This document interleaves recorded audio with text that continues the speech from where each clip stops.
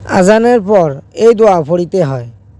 হাদিস শরীফে আছে, যে ব্যক্তি আজানের পর এই দোয়া একবার পাঠ করিবে, কিয়ামতের দিন নবী করিম সাল্লাল্লাহু আলাইহি ওয়াসাল্লামের জন্য তাহার পক্ষে সুপারিশ করা মেহেরবানি স্বরূপ আবশ্যক হইয়া পড়িবে। আল্লাহুম্মা রাব্বা হাযিহিদ দাওয়াতিত তাম্মাহ ওয়াস সালাতিল কাইমাহ আতি মুহাম্মাদানিল ওয়াসিলাতা ওয়াল ফাদিলাহ ওয়াবআসহু মাকামাম মাহমুদানিল্লাযী ওয়া'আদতাহ।